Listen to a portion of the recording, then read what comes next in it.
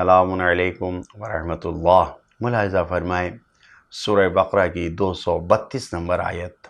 بسم اللہ الرحمن الرحیم وَإِذَا طَلَّقْتُمُ النِّسَاءَ فَبَلَغْنَ أَجَلَهُنَّ فَلَا تَعْضُلُوهُنَّ أَن يَنكِحْنَ أَزْوَاجَهُنَّ إِذَا تَرَاضَوْا بَيْنَهُم بِالْمَعْرُوفِ ذَلِكَ يُوعَظُ بِهِ مَن كَانَ مِنكُمْ يُؤْمِنُ بِاللَّهِ وَالْيَوْمِ الْآخِرِ ذَلِكُمْ أَزْكَى لَكُمْ وَأَطْهَرُ وَاللَّهُ يَعْلَمُ وَأَنْتُمْ لَا تَعْلَمُونَ۔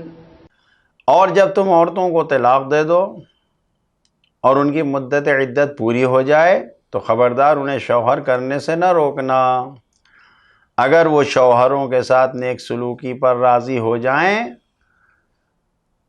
اس حکم کے ذریعے خدا انہیں نصیحت کرتا ہے کہ جن کا اللہ پر ایمان ہے اور روز آخرت پر بھی ایمان ہے اور ان احکام پر عمل تمہارے لیے باعث تزکیہ ہے اور باعث طہارت بھی ہے۔ اللہ سب کچھ جانتا ہے اور تم نہیں جانتے ہو۔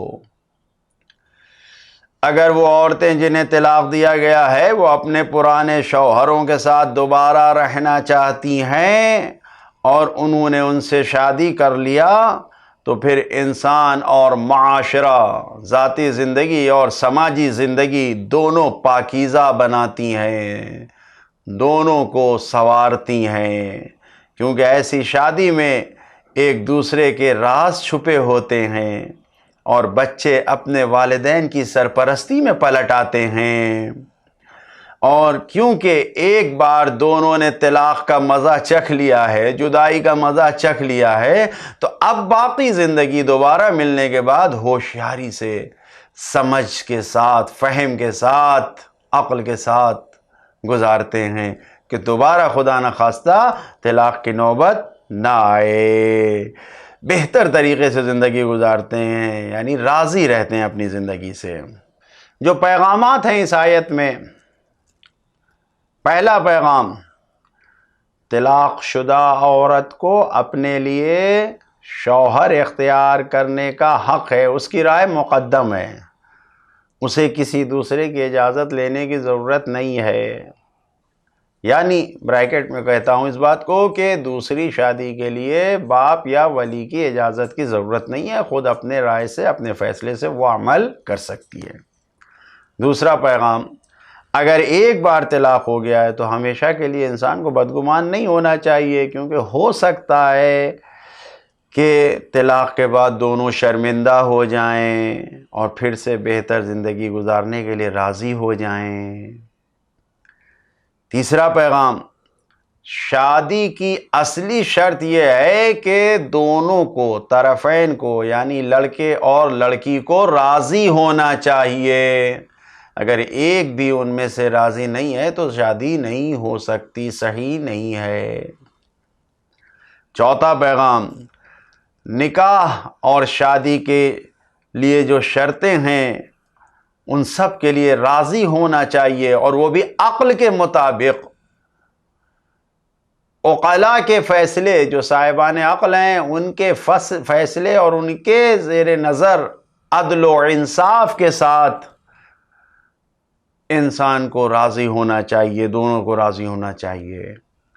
پانچواں پیغام، جو لوگ کسی شادی بیاہ میں رکاوٹیں ڈالتے ہیں، بریکٹ میں عرض کروں کہ یہ کام بڑی اطمینان سے لوگ کر جاتے ہیں، سنیں اس کا عذاب کیا ہے، بریکٹ بند۔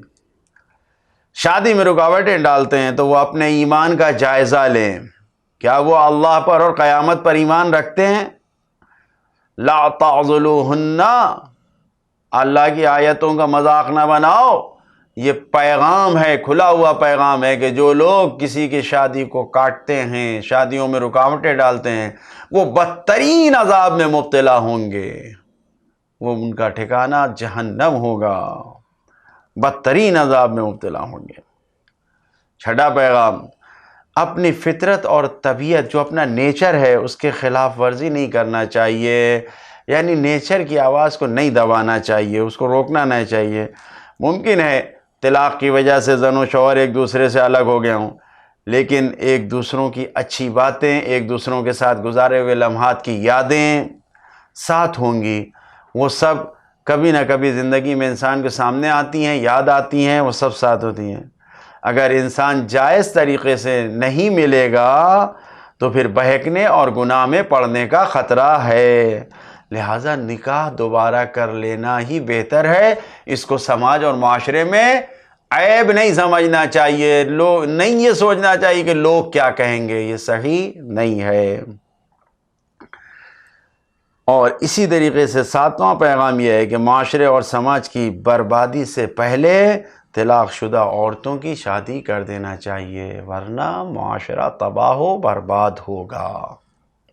8واں پیغام، دوبارہ شادی کرنا اور پرانے شوہر سے مل لینا، اسی طرح طلاق کے اثرات، کہ اس کے کیا برے اثر ہوتے ہیں، نتیجے ہوتے ہیں، بغیر بیوی یا بغیر شوہر کے رہنا، اس کی کیا بری تاثیر ہوتی ہے معاشرے اور سماج پر، اس کا اندازہ لگانا انسان کی طاقت سے باہر ہے، قوت بشری سے یہ بات خارج ہے، کوئی انسان نہیں سوچ سکتا ہے۔ واللہ یعلم وانتم لا تعلمون، اللہ جانتا ہے، تم کچھ نہیں جانتے ہو۔ عملی پیغام، زندگی وہی خوشحال ہے، وہی کامیاب ہے جو طلاق اور جدائی سے دور رہے۔ اپنی زندگیوں کو خوشی کے ساتھ گزاریں، آگ اور جہنم میں تبدیل نہ کریں۔ خدایا ہمیں اتحاد اور میل کے ساتھ زندگی گزارنے کی توفیق عطا فرما۔ والسلام علیکم ورحمۃ اللہ وبرکاتہ۔